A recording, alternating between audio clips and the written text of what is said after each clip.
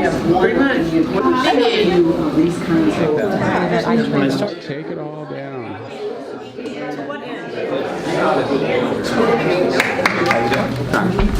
Jeff? Hey, Jeff. Right. Good to see you. Jim. Hey, Jim. Good to see you. Dan.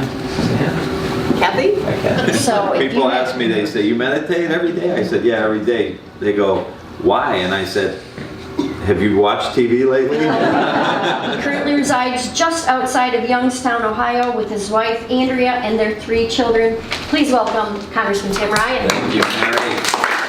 My grandfather was a steel worker. All my great uncles were all steel workers, members of the Steelworker Union, and did really well. Had a really big middle class, and then auto came in the late 60s. Over the last 40 years, we've seen the erosion of the steel industry, erosion of the auto manufacturing and the supply chain and all of that. That plant that had 16,000 people in it is now idle. It became a national story because President Trump then started tweeting at the local union leader, telling him to get his act together, that it was his fault. It was really amazing. It's been 4 years since Black Monday, which is when Youngstown Sheet and Tube closed down, and we lost thousands and thousands of jobs, hundreds and hundreds of businesses, and it was the beginning of the unraveling of manufacturing in the United States.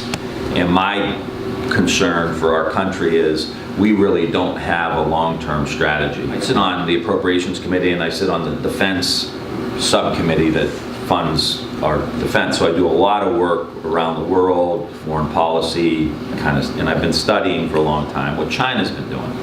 China has what they call a whole of government plan. So they use their military and their soft power, but they also use their economy, their investments, their infrastructure, their research, all kind of moving in the same direction. They want to be the #1 country in the top 10 fastest growing industries in the next 10 years.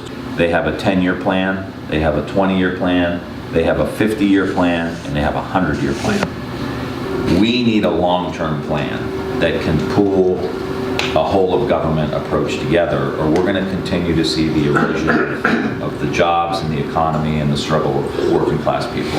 Our long-term plan, it needs to be a little bit of everything. There's a lot of work that needs to be done with our infrastructure. I think that's kind of a natural place to start. Got to put together public-private partnerships around the new technologies. And electric vehicles are going to go from 1 or 2 million today to 30 million by 2030. And we've got no plan around electric vehicles. China has a plan.